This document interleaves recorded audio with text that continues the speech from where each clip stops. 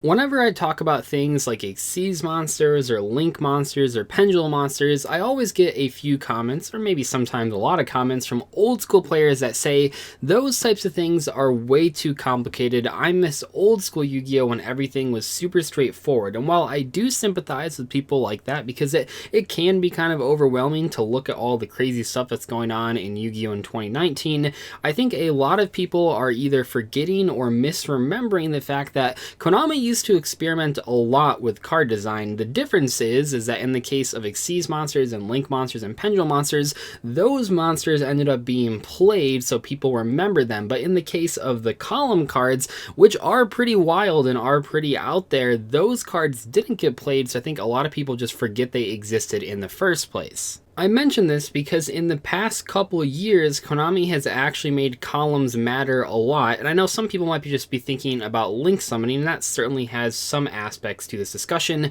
but I'm not really focusing on link summoning. We'll get to that in a second, but let's start off with what the original column cards were. You had things like Storm Shooter and Rampaging Rhinos, and even Blasting the Fuse was kind of okay. You basically had all of these cards that revolved around columns, and maybe if you've only played Yu-Gi-Oh! The past couple years and you didn't play old school Yu-Gi-Oh! You might not see why cards like that are so bad. But the big thing that a lot of people forget about, especially me, I mean, it's so hard to imagine. I watch old school like duels and stuff. People not only didn't follow columns, I mean, I think people kind of know that. Like, people would put like a monster in the middle of their mat, and if they set two back row, they would put those like not even lined up with the monster. Not only did people not follow columns, they often moved cards around. If you had two back row and you activated one of them, oftentimes people would move the leftover back row into the middle of the mat just for a more aesthetically pleasing look. That was so extremely common for years, for most of Yu-Gi-Oh's history, so not only did people not follow columns, they often move things around columns when they weren't supposed to,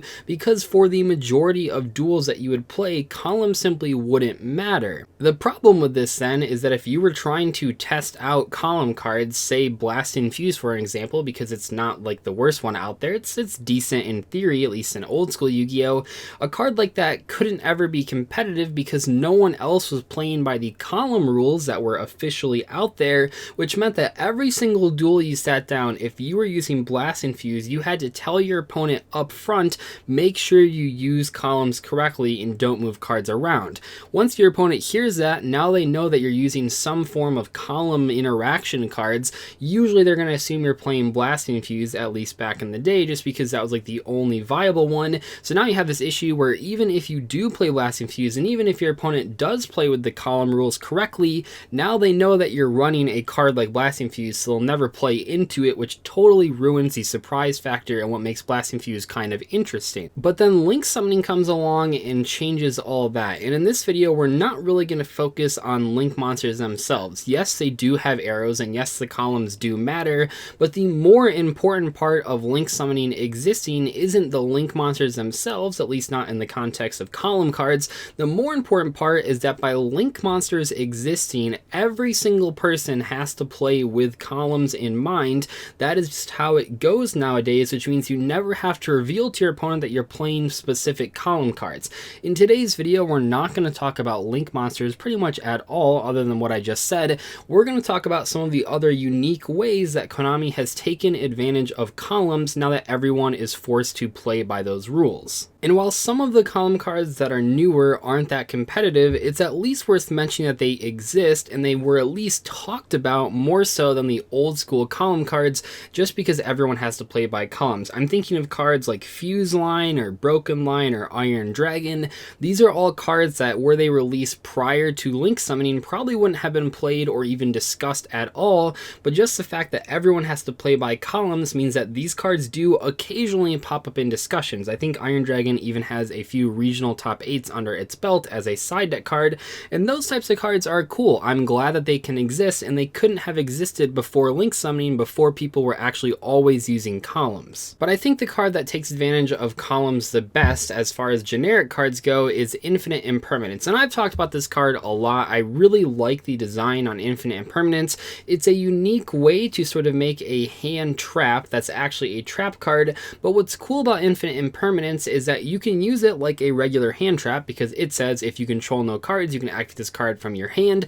Target one face of monster your opponent controls, negate its effects until the end of this turn. So that part can be used like a normal effect veil or ash blossom on your opponent's turn. But why I like this card so much, besides the column part, which we'll talk about in a second, is I like this card because it's one of the only trap cards out there in 2019 that actually rewards players for using it as a trap card, and it rewards players by using the column mechanic. So it says if this card was set before activation and is on the field at resolution, for the rest of this turn, all other spell trap effects in this column are negated. And this is a very interesting way for Konami to take advantage not only of making trap cards good again and have unique applications as hand traps and regular traps, but also taking advantage of the column mechanic and the fact that everyone has to follow columns whenever they're playing.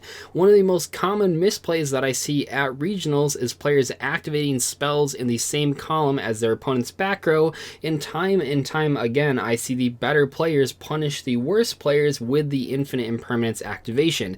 Because anytime you have an effect monster on the board and your opponent has back row, you really got to be weary of activating cards in the same column of the back row, because even if your effect monster doesn't have an on-field effect, if it's something like Trickstar Candina, your opponent can still activate the infinite impermanence in response to your spell card, and that negates that column for the entire turn. And because the infinite impermanence resolves first, now your spell card is negated. But you can do other cool stuff with infinite impermanence too. For example, if your opponent flips a Gozen match and you don't play any spell and trap card destruction in your deck, you might play a few copies of impermanence, and you can just set one and then wait until your next turn, and then on your next turn you just flip the impermanence, negate an opponent's monster's effect, even if you don't care about that monster too much, and as long as the impermanence was in the same column as the floodgate, now you can do all of your normal plays and hopefully out that floodgate with something like Nightmare Phoenix. It's a really unique card and an awesome way to take advantage of columns, and I love it so much. This is a card that couldn't have existed back in the day, because if you told your opponents, hey, make sure you play with columns, well, now all of your opponents know that you're playing infinite impermanence because it's one of the best cards that takes advantage of this mechanic.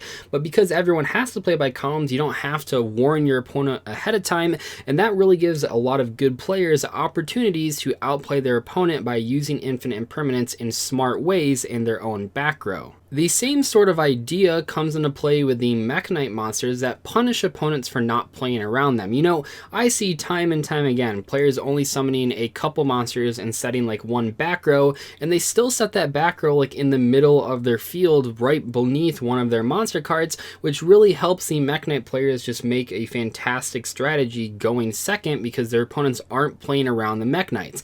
Now, if you've lost to Mekk-Knights, hopefully after that you've now started to play around them every single match, but I still find people just not caring about that, and anyone out there can tech Mekk-Knights in their deck and sort of take advantage of opponents not playing around it, and it's just another thing that is really interesting that wouldn't have been possible back in the day. The Mekk-Knights are a fan favorite strategy as a rogue theme that you can add to a variety of decks like Invoked, or even just play pure Mekk-Knights, and there's something that exists only because players have to use those column cards, so you can summon those Mekk-Knights as sort of surprise beater monsters that people wouldn't expect. And there's even cards that don't require your opponent to play badly into your column cards. You have things like the Magical Musketeers that revolve entirely around what you choose to do, but by restricting that archetype to activating only when you activate a spell card under the particular column it's in, it really keeps them in check, because otherwise whenever you activate a spell card, if you had 3 Magical Musketeers on the field, you would activate all their effects. That might be a little bit too good almost for maybe Konami to not make them in the first place. So even though people don't like link summoning, even though sort of playing by the column rules can be a little bit different at first, I find that it's a very cool way for Konami to develop cards like the ones I talked about in today's video that simply wouldn't have existed back in the day, or if they did exist, they would have flopped. I think forcing players to use these column mechanics really adds a new layer of strategy for players that are playing at tournaments, and I think it's a cool way for good players to win more games by sort of playing smart and sort of keeping track of their card placement within their own strategy and within their opponent's strategy. Anyway though, hope you guys enjoyed today's discussion video on the column mechanic. What are some cards that you think could come out that take advantage of columns? I'm not necessarily asking for you to send me custom cards, but I'd like to hear your guys' ideas on what sort of column mechanics Konami can take advantage of in the future.